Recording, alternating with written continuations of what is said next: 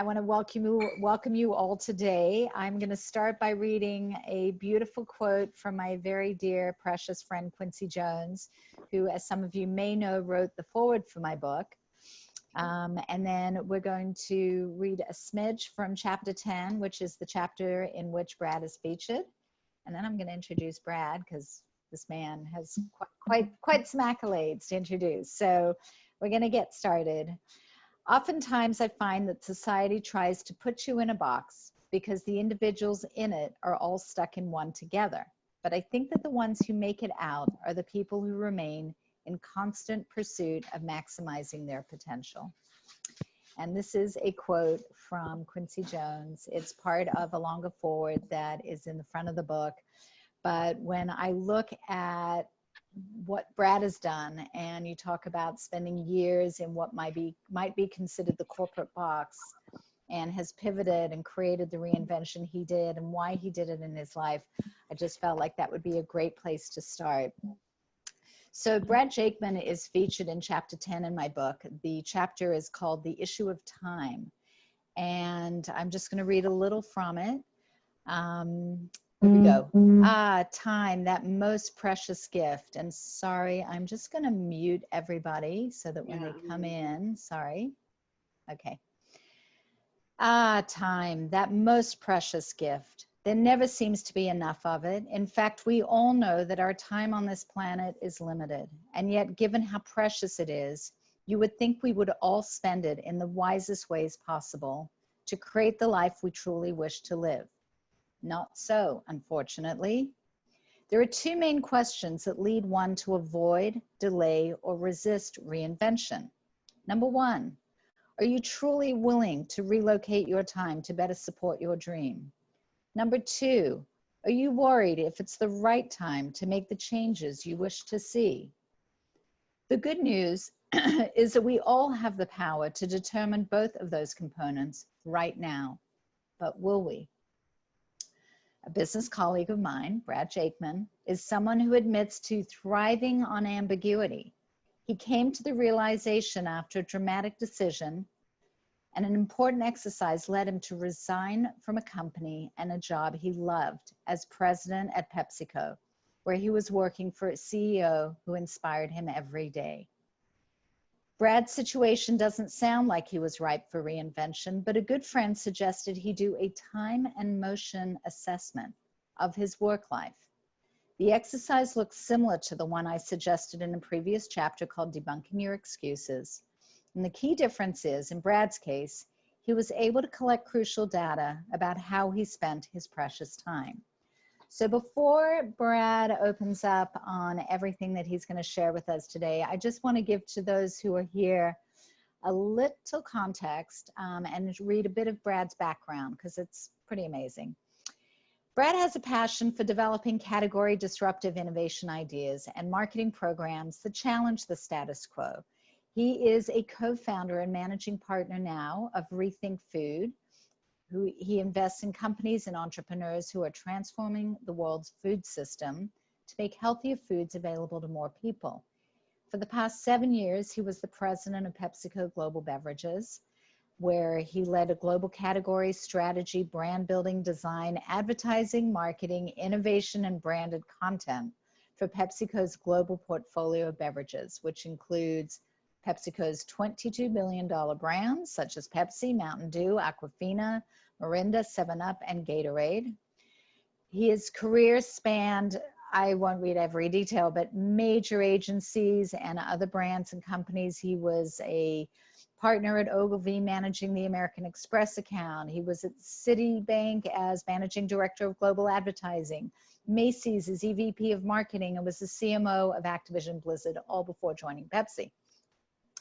He has been recognized as one of Ad Age's top 50 marketers, the Australian newspaper, and I just want to point out that little Australian connection that we have there, dubbed him one of the top 20 people shaping global media. He was the 2015 Advertising Person of the Year, dubbed by the Ad Club of New York, and on and on and on. He is currently serving on the board of the Humane Society and Reporters Without Borders. He is the co-chairman of the board of the New York LGBT Center, and just an amazing fellow with a hell of a sense of humor, I have to say. And Brad is coming to us today from his home, I believe in the Hamptons, if I'm not mistaken. And Brad, welcome. Thank you for being here. Thank you for being a part of my book and my journey and our interview with Mitch Slater, which we did together in October in New York, which just came out 2 weeks ago. And that podcast is up on the website. So lovely to see you. Lovely to have you here. It's great to see you, Kathi, and hello, everyone. And he sounds a lot more Australian than I do, obviously. Safe and well. I feel like I'm spending most of my days now staring at a screen that makes me look like I'm in the opening credits of the Brady Bunch. Exactly. We got to look up and look down and look over. Yeah, I'm seriously considering hiring a hair and makeup person. Yeah. So, Brad, I mentioned your time and motion study, and it feels like that was a very pivotal moment in your career when you sort of took stock of where you really wanted to be in life. And I think it was truly something that you share both in the book that we've talked about, and I think was a critical way to really examine your life. And once you did that, that became the catalyst for a pretty major reinvention. Do you want to share a little bit about that? Sure. And look, my starting point of reinvention, so many times I talk to people who've made a career shift, and it's largely as a result of not being happy in what they're doing. Mine was the exact opposite. I loved what I was doing. I was working for an amazing company with incredible brands, working with probably one of the most future-looking, amazing CEO of our generation in Indra Nooyi, and everything was fantastic. But throughout my whole career, I've always worked in cycles, and the cycles tend to be between 7 and 10 years. And during that window, there comes a moment where I really reflect on kind of, is this my last job? Is this the thing that I want to do for the rest of my life? And I was having this conversation with a really good friend of mine, one of my closest friends, who many of you on this call may know, Cindy Gallup. And Cindy recommended a really great strategy. She said, you should do your own time and motion study of yourself. Take out a notepad and carry it with you all through the day. And at the back of that notepad, create 3 columns. The first column is populated with the things that you're doing through the day that you really love. What are those things that really motivate you, really get you excited? You get in the car and drive home and say, wow, I'm so glad I was part of that and I accomplished that. So make a note of those. The next column is pretty intuitive. It's make a note of all of those things that you hate doing, and the really sucky things that you have to do. And we all have to do them. We all have jobs where there are things that we just really don't like doing. But the real genius of this plan was the third column. And the third column was make a list of the conditions under which you work the best. So do you like working in teams? Do you like working alone? Do you like being in the office? Do you like working from home? Do you like traveling? Do you not? And once you've completed that, you therefore have a lens through which you can look at where you are now and look at what you want to do next. And in my instance, I just realized that so much of what was in the first column related to building new models, working with entrepreneurs, working on the disruptor side rather than being disrupted side. And most of the things that I didn't like kind of fell into the camp of all those things you have to do as a senior executive in a big publicly traded company. And then my conditions were, I really wish I wasn't traveling 85% of my time. I really wish I wasn't out of the country 85% of the time. I really wish I could figure out a better mix between my life and my work. And I really wish that I could spend more time in creating things rather than in the kind of administrative function that often we find ourselves in. So that was my time and motion study. It led me to say I want to work in the world of venture. I want to, through my expertise that I had gathered over the years and through capital that I raised, to help entrepreneurs realize their dream, and specifically in the food system, to make better for you foods more accessible to more people. Well, you certainly, it was a pivotal time for you to make that move. And something else that I know came with that was the notion of now having a different kind of identity. You went from being Brad with the XYZ title, whatever that might have been for the previous how many years, to being an independent. Now, I've run a company of my own for 30 years, so I get to call myself whatever I want. But I've also not had the weight of a major brand behind me. And I understand what it means to stand alone as an independent, even though you are doing brilliant work with brilliant people and amazing companies and clients. What was that like, the identity piece of it? So that was, like, if I'm really honest, the access, the cachet, the status that you have when you have the kind of job that I had is really hard to walk away from. And I think that when I talk to a lot of my friends who are in similar situations, even though they don't really admit it, you know that deep down inside there is a validating factor that comes from your title and from the role you play in big companies. I mean, anybody in the country would return my call. And I thought long and hard about that, and realized that that really wasn't the stuff that made me happy. I didn't really need that. But what I found that was more revelatory, I would say, is I expected people to fall into two camps when I left PepsiCo. Those people that no longer engaged with me, I found it more difficult to get a phone call or an email returned. And those people who, for one reason or another, behaved around me and to me like nothing had ever changed. So I will say my experience has been that has absolutely been the case. People have kind of bifurcated into those two groups. But what has been most incredible for me is the people who actually are in those two groups, the individuals who are actually in those two groups. And I would have thought, well, I would have thought that some of the more high profile, call them famous celebrity-like people, whether they're a corporate celebrity or or an entertainment celebrity or so on, that I would spend a lot of time with in a role at PepsiCo. I would have thought that they would have gone into the first camp of, well, he doesn't have much to offer us now. He doesn't have that big fat PepsiCo checkbook.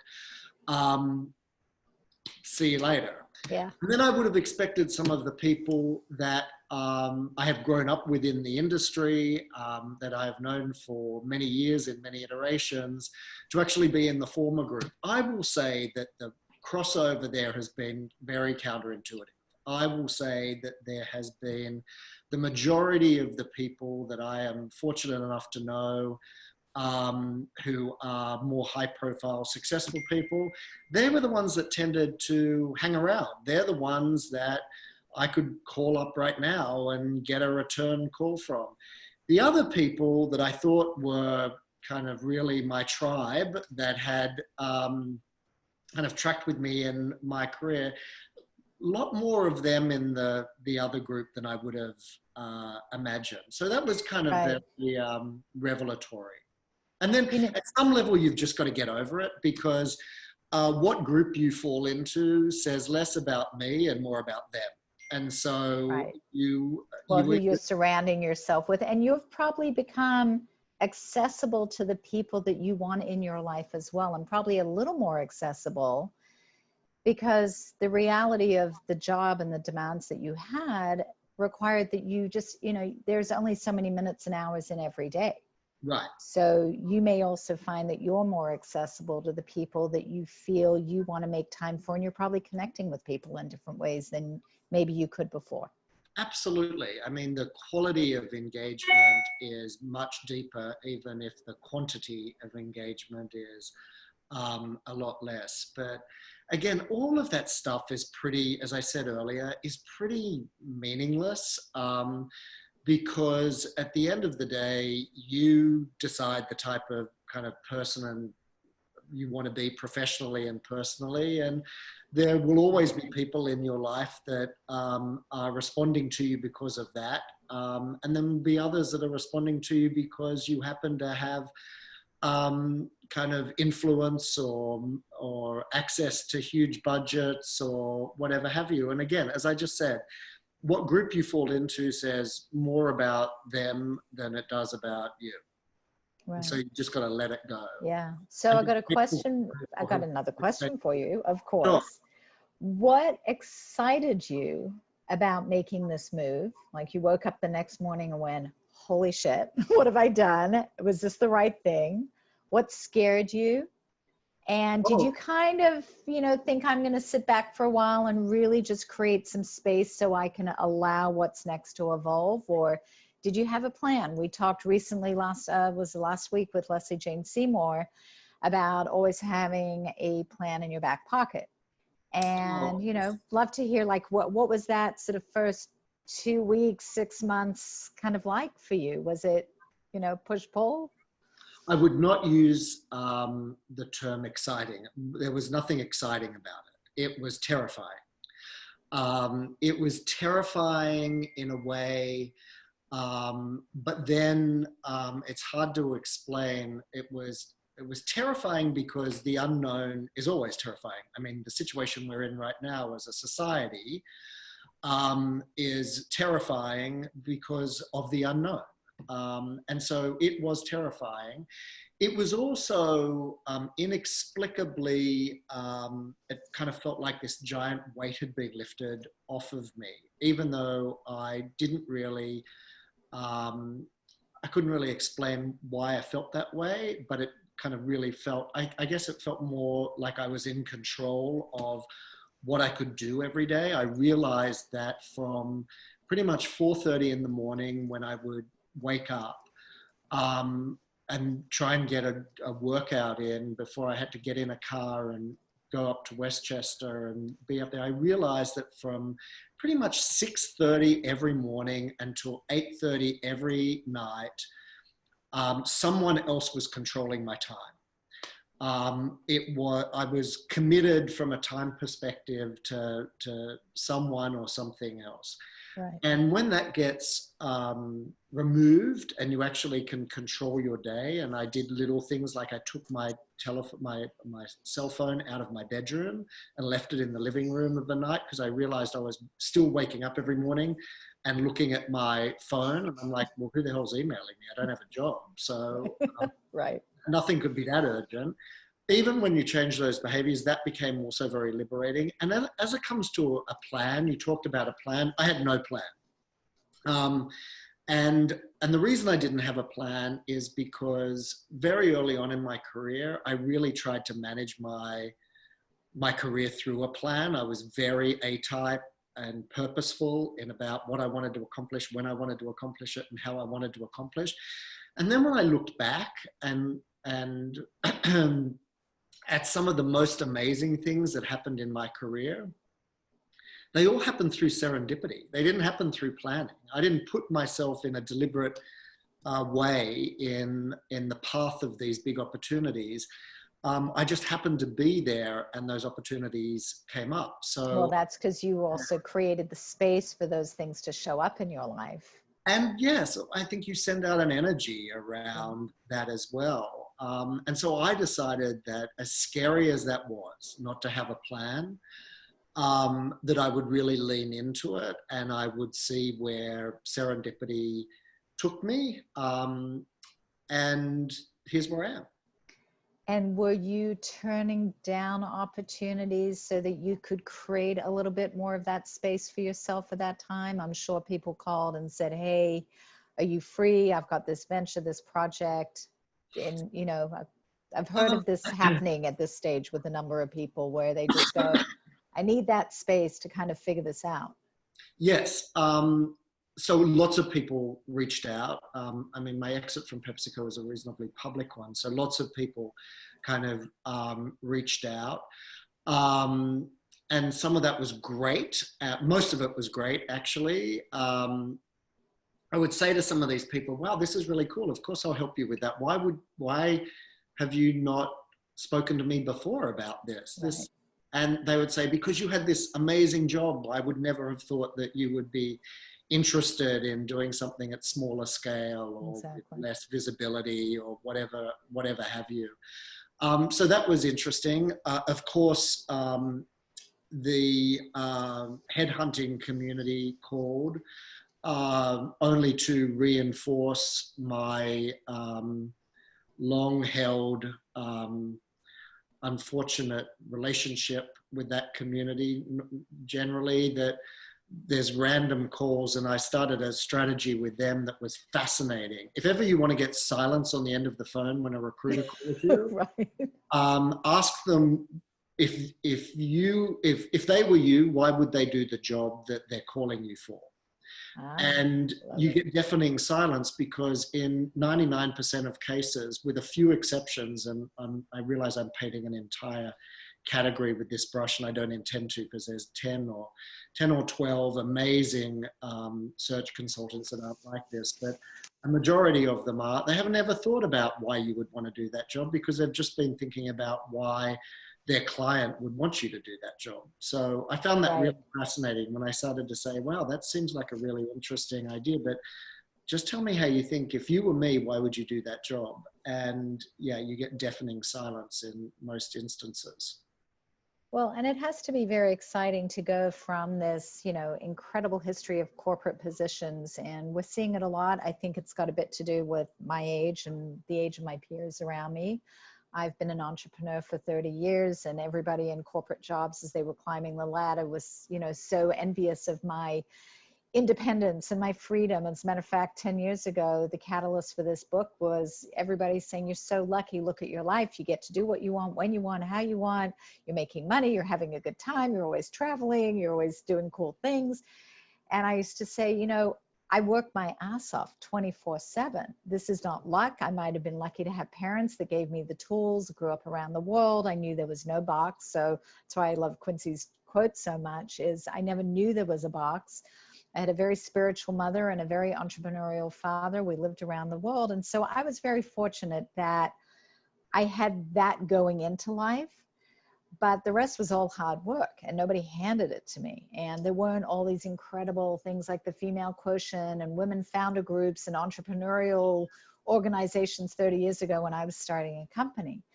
But I think as you now come out of this corporate world, as so many do, and you look at the ability to fly free and to create what you want, and to leverage all the relationships and all the skills and all the smarts and everything, and the wisdom as we get a little older, to know that we are entitled, and it's a big thing I talk about in the book, is not just having the courage to do it, but also feeling entitled to have the life you want. And, you know, I'd love to hear just your thoughts there. My experience, and again, this isn't probably the answer you're expecting, but I would be lying if I didn't say that I miss a little bit of that structure. Sure. The life of somebody who is an entrepreneur or running their own business removes you from a whole lot of stuff that was in my second column of my time and motion study that I mentioned, without a doubt. But it adds to it adds other things to that column as well. So lots of people talk to me and say, wow, I'm so envious of you leaving this world of corporate America and going into a more entrepreneurial environment. And it brings other challenges. I mean, I miss a little bit of the structure.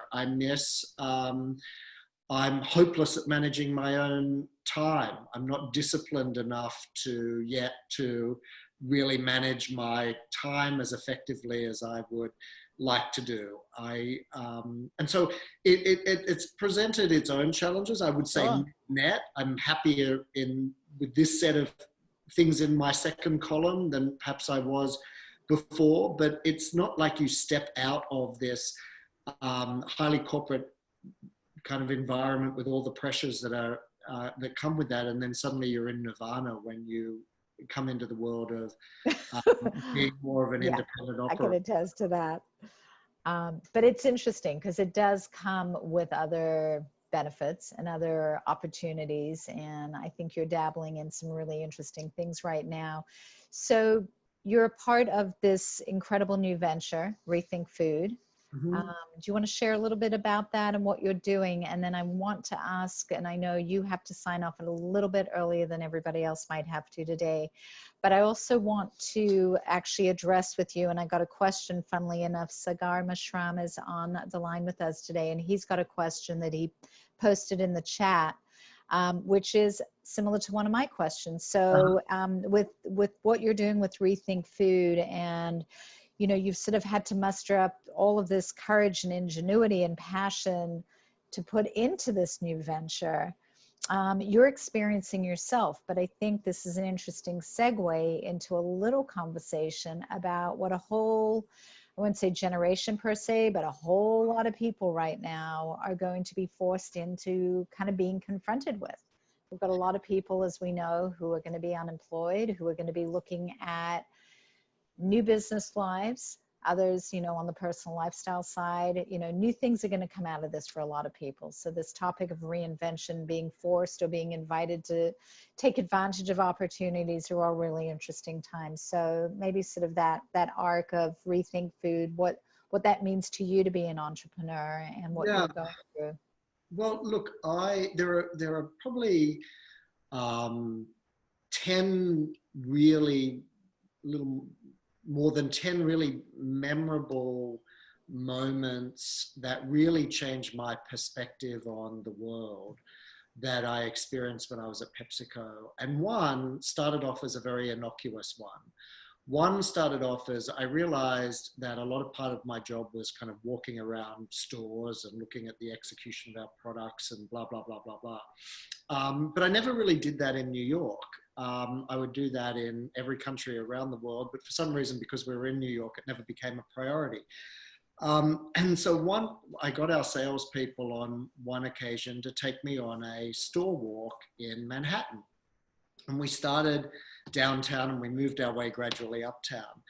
And I realized that we were in the Upper East Side in the 70s, 60s and 70s, and I was in a Whole Foods, and you walk down the aisles of a Whole Food, and every brand that was better for you in every category, or good for you and more natural and less processed and less artificial ingredients and so on, were just lining the shelf.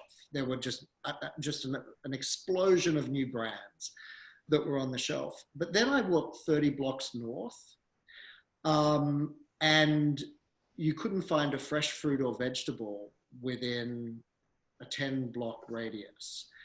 And I realized that this emerging group of entrepreneurs in the food and beverage space that I was spending so much time with at PepsiCo were largely, even though they never intended for this to be the case, they ended up being in the business of making rich white people healthier.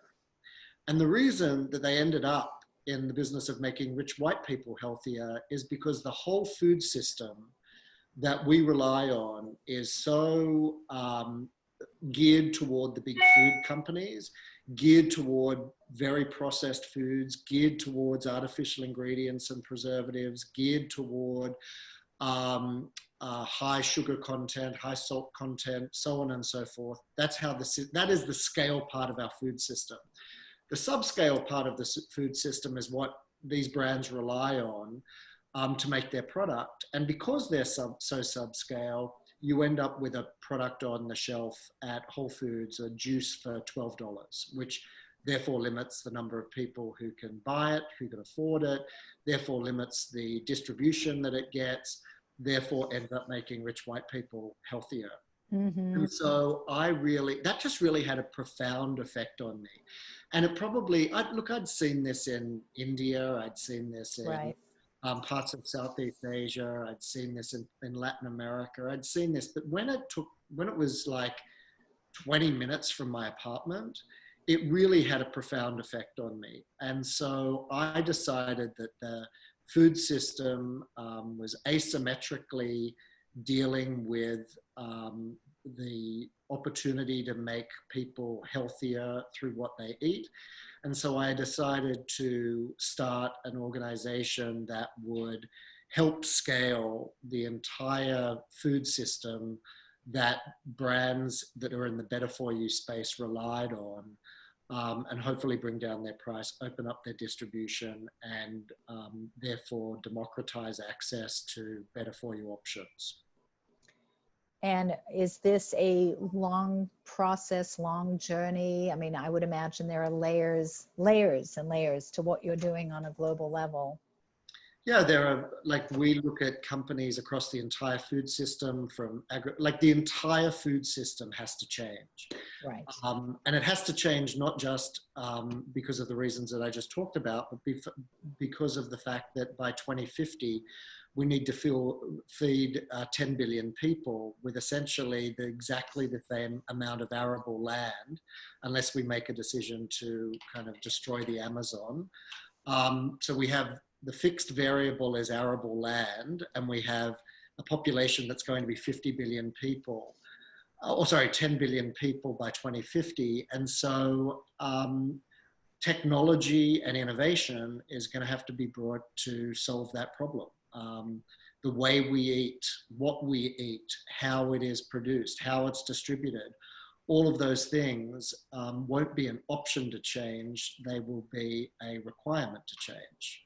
It's just a math equation. Yeah. Well, it's a Herculean task that you're taking on with the group that you've amassed, and it's important. I mean, we can see with all that's going on right now, the impact of, what happens when we think there's going to be a food shortage, or the desire right now to, grow vegetables in our backyard for all the reasons that, we want to have food accessible, and all of a sudden it really changes and makes us stop and think about the importance of what you're doing right now, and for all the right reasons. Let's start with not wasting a third of the food that the US food system produces. If we could just solve that issue, right, the access would be exponentially opened up. Yeah. So I want to ask a question that starts to kind of put a thread around a question I had, a question that Sagar had. I'm going to share his question directly.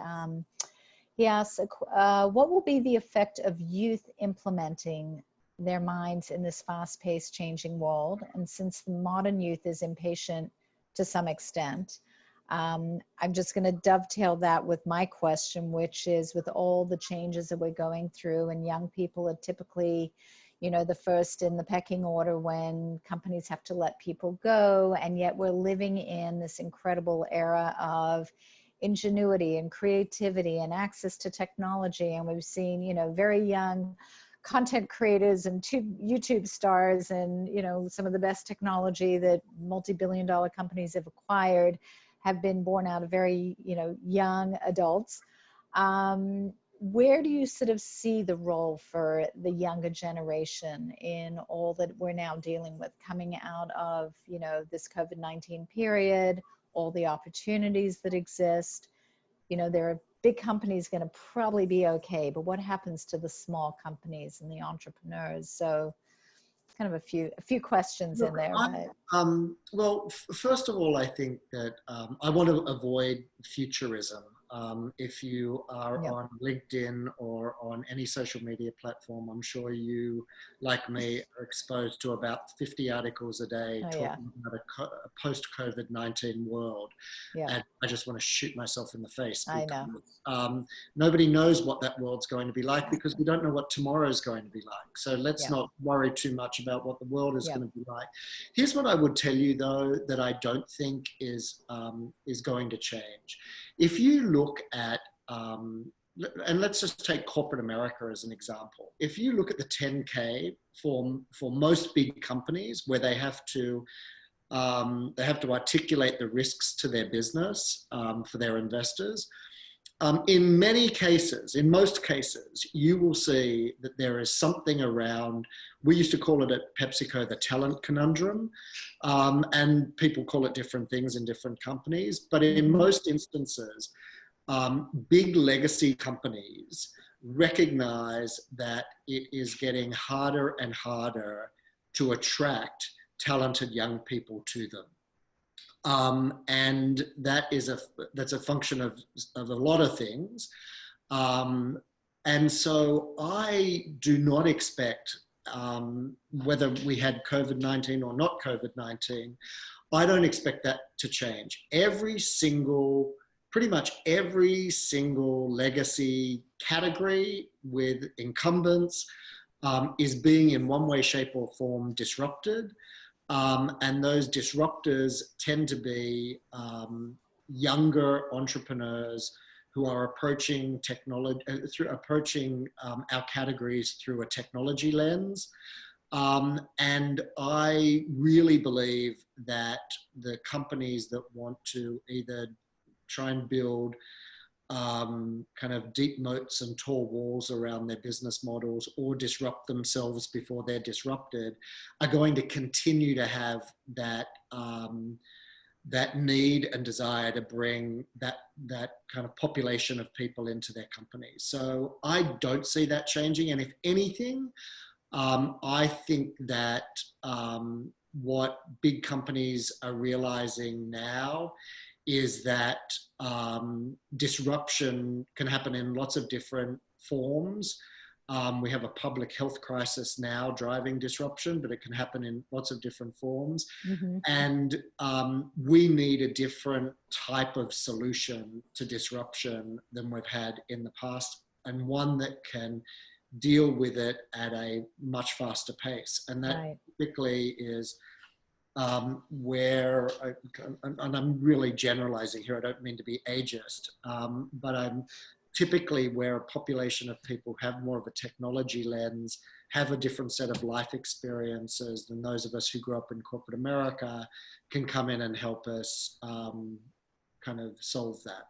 Right. And on that note, Shelley's actually asking, the big brands have great exposure and can be very influential in educating the population on food insecurity solutions. How are these brands supporting you on this very important mission? So clearly, you know, and are you a for-profit or not-profit organization? We're a social impact, okay. A private investment fund. Okay.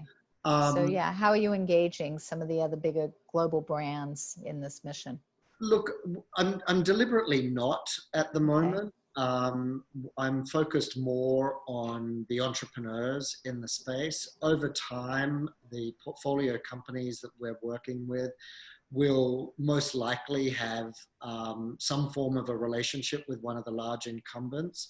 But I think that the food system, big food, with some exceptions, is really slow to react to what is a profound change in consumer demand, a more punitive regulatory environment, a more health-conscious consumer, a more nimble set of competitors. I think big food has been very slow to embrace that. Yeah. Part of the reason I joined PepsiCo is because Indra Nooyi was one of the only CEOs that I had spoken to ever that was talking about disrupting the company before it was disrupted outside the company, which is why she 7 years before it was fashionable to do so, Right. implemented a program to change the shape of the PepsiCo portfolio toward healthier products, Right. and have less of an impact on the environment, and so on and so forth. There's not very many food CEOs who think like that at the moment. Yeah. No, that's great. I'm going to address another question that we got here, and let me just quickly scroll up here. Karen is asking, and this is kind of going back to the entrepreneurial roots of how you manage to do it all yourself. What tools have you found work for you to create the structure that you need and that you miss? You know, how are you dealing with that? Do you have the IT guy on call that can, like, you know, click into your computer and help you solve those little 11? I'll tell you what, here's my, I realize I'm going to caveat what I'm about to say with the fact that I'm going to sound like an old man. And I never thought I would be this guy. My business partner is a millennial. She's amazing, incredible, inspiring, 50 times smarter than me. The biggest challenge I have right now is in any one moment in time, she could be communicating with me on any one of 5 or 6 platforms. It could be a text, it could be an email, it could be a Slack, it could be a messenger, it could be, and I literally am losing the will to live, because I'm like, I don't care which one it is. I'll be the world's best Slack expert. I'll be the world's best, like, name the platform. Please just use one. Right. So my biggest thing from a technology point of view, and I hate saying this because I realize A, I'm sounding old, and B, slow to adapt. But this thing about, there's an algorithm that she has that makes, where she connects topic with platform appropriateness that I just don't understand. Right. So I'm like, we were texting 2 seconds ago. Right. Why 2 seconds after, you're now sending me a Slack? Just stay with texting. I hear you. I so feel that. I have to tell you. Why are you now emailing me? Right. Like, just Well, stay on Slack. So I'm finding that that is my single biggest challenge, frankly. A multitude of engagement platforms, and my illiteracy in how I am supposed to segment topics and natures of conversations appropriately according to those platforms. Yeah, well, I feel you on that. And I know, as the owner of a small boutique agency, we've gone through this, you know, challenging thing for years as technology grew and all these wonderful opportunities were in front of us. Every client wanted you to deal with them. One was on Dropbox, one was on the box, one was on Slack, one was on Google Hangouts and Sheets, the next, every single one. I mean, thank God we knew how to, we've been using Zoom for years and doing screen shares. So this was not a big learning curve for us, but it can be overwhelming. And when you don't have that team to just kind of go, hey guys, you figure this out and just tell me where to show up or put it in front of me. I've got 2 of my staff here on this call with us. And twice this week, I think in the last 2 days, I've heard, oh, it's a millennial thing. Don't worry. We'll just make sure you know where to be. I'm like, okay, you're making me feel old, guys. So I get that. Yeah, I mean, my assistants and the technology infrastructure are the 2 things that I miss the most. They have been like the false economy that the new, or false productivity that can be created by some of the new platforms has also been interesting. I was on actually this morning, between my business partner and somebody else who's helping us with something, we're having this conversation. I actually don't want to use the word conversation. It's actually a series of monologues that take place on things like Slack. We're having this series of monologues trying to solve what is inherently a creative problem. And I'm like, okay, you have to indulge me. Can we just get on the phone? And we had I swear it was no more than 2-minute phone conversation, and it freed up about an hour of my Slack time. So there's still some value in the old school ways. Yeah. I know you have to go in a moment, but I Well, I want, just realized, Kathy, yes, I do need to you go in like do. I know 10 minutes. you got time for one more question? Yeah, I've got time for a couple more questions. Okay, perfect. So Brooke White, who is my editor, who knows every word in this book, backward and forward, actually just pulled out a question from there and asked, you said in your book, in my book, that you thrive on ambiguity. And do you still feel motivated? Well, does he still feel motivated ambiguity or by ambiguity? Is that, Brooke? And if so, how does that play out in your day to day? So, yeah. So absolutely. I'm actually teaching a class at NYU tomorrow.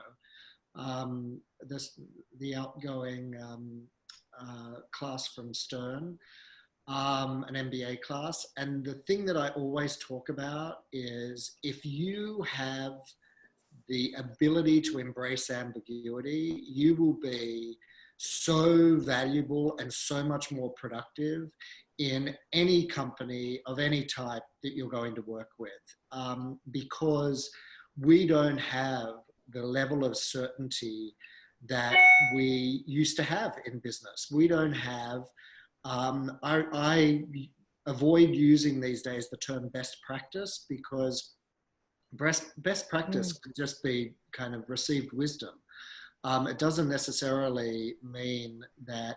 I think the operating environments that we are in right now are changing so dynamically, so quickly, that the things that worked a year ago may not work again this year. And we as human beings love the kind of false security that comes from the expectation that something that worked well in the past is going to work well in the future. You've got to let that go. I think that stifles innovation. I think that we find ways to mask the diminishing returns that we get on those big ideas. We create excuses for why they're not working. That allows us to feel better about using them over and over and over again. And if you're somebody who can operate with with some level of ambiguity, also when you look at the organization structures of companies, and Olga, who's on this call, can absolutely attest to this at PepsiCo. People used to say to me when things weren't happening that I wanted to happen in the business, it's like, Brad, why don't you just send an email to everybody? Why don't you just like tell them that this is what you want to do? And I'm like, well, because that's probably going to ensure it not happening. Companies are incredibly matrixed and complex now organizationally. And if you can only operate in a hierarchical situation where the person with the most influential business card is assumed to be able to tell everybody else in the organization what to do and how to do it, you're crazy, because very, very few companies operate like that. And so if you really yearn for that, if you really need that, you're in a lot of trouble. If you can put that aside for a minute and worry less about who reports to who and who reports to me and blah, blah, blah, and more about kind of how am I going to, in this incredibly amorphous environment, kind of move the ball forward against whatever it is that I want to move forward, I think you're going to be in a lot better situation. And so I've found that if you can thrive in a world of ambiguity, you are, that is an amazing capability to have, an extremely valuable one. Right, and to not be set in the things that hold you down and anchor you. I mean, you know, I'm all about flying and evolving and of course reinventing. I want to go back to a conversation that we were having about Rethink Food, and Carla's actually got a question here. Scale is important as it drives lower cost of production, but to reach the communities you are considering, how much do you plan on tapping them, specifically being the local communities, to help facilitate developing and selling these more accessible, better for you foods and beverages? Localization of solutions might be a big solve, question mark. So it feels like Carla wants to understand a little bit more about what you're doing and how you're approaching that. Yeah, look, I talked about the legacy food system. The legacy food system is built around making millions of something in a few places and sending it to thousands of other places. That's really what the system is. So one or two places where food originates, whether it's a farm, whether it's a manufacturing facility of somewhat, producing millions of things, sold in thousands of places. What that does is it creates one, it leaves your supply chains very vulnerable, as we are realizing right now, where you can have a geographic issue, which means that your business can't operate because you're in a geography that may be more affected. What is happening much more in the food system is localization. What is happening is that thousands of places are making things for thousands of things for thousands of places, and you're seeing the distribution of the food manufacturing getting closer to the point of consumption. We're seeing that in things like vertical farming as one overused example. But it's where the production of food gets closer to the distribution of food, and the net effect of that is it becomes less expensive because you're eliminating parts of the supply chain related to distribution. It has less of an effect on the environment because you eliminate all the greenhouse gas emissions that are a consequence of distribution, and it increases the quality of the food because it's getting to the consumer in a more fresh, less processed state. So that really is the trend of localization, and kind of we have to change our mindset around this, away from this idea that scale is all about being able to produce like millions of things in a handful of places to go to thousands of places. That's just an old model that Right. is not going to work. Right. And technology is enabling, I'm sure, a lot more of what needs to be done in a lot of interesting ways. It's interesting, it just kind of popped into my head that, you know, you now are at a place of choice in your life. You get to pick and choose how often you want to get on an airplane, how often you have to travel into the city versus working from home. Assuming that none of this COVID stuff was happening in our lives right now, do you find that you are getting to live the lifestyle that you were hoping to create for yourself? I know when I saw you last, you had to cut out very quickly, not too quickly, but you were on a schedule to get to a flight to get to London. You're probably still flying around a bit. I know your parents are still home in Australia, but assuming that the world is normal, do you find that you are now being able to create the framework for the lifestyle that you're looking to live? Well, obviously not now, not sitting here. Right, not now. Exactly. We're just having a pretend moment. We're going to be in a bubble for a moment. Let's elevate ourselves out of the reality of Yes. the shit show that we're living in right now. Yeah. But yes, yeah, I can. I do actually, particularly on the travel side. Another big epiphany that I never really thought is my partner and I were going to Europe a couple of months ago before this current situation. And I realized I had a feeling that I hadn't had for 30 years. And that was, I was excited to get on a plane. I was like, I'm excited to go somewhere different. And before, I just had done this overwhelming sense of like, oh no, I'm going to get on a plane. I'm going to feel like crap when I get there. I'm going to have to function in crazy time zones. I'm going to get back, having seen nothing of the city that I was in for 48 hours, back on a plane, back to the States, feel like crap for another couple of days, and then start the process all over again in 72 hours. So for me, planes were like just, and when I left PepsiCo, I really stayed on the ground. I remember saying to a friend after 2 weeks of leaving PepsiCo, this is the longest time in which I have not left the country in 20 years. Right. And that was only 2 weeks. Right. So, so that has been great. And yeah, it's, I think it'll be a little bit longer before I get on. I was going to say, it might be a little while before you actually get on another plane again, but you know, it's nice when you get to create the circumstances that you want and you get to build them. And look, we sort of all go through life with a major goal, and that is to be happy. And all that we do, all the work that we do, all the things that we surround ourselves with, the hobbies that we pick up, the experiences we create for ourselves. Ultimately, you know, this is about, I think this time in our lives, we've gotten to really sit back a little and evaluate and question, is what I'm doing really making me happy? I don't have to run to work and do something for 9 hours and get on a plane and go to a meeting and go to a conference and go to a summit and take care of this, that, and the other. We're getting just a little breathing room, enough to sort of say, whoa, stop the world. Ironically, my book originally was going to be called, I mean, this was literally the working title, and Brooke could tell you because she's seen all the early stage documents, was Stop, I Want to Get Off, The Guide to Reinventing Your Life. That was the original working title for this book for many, many years.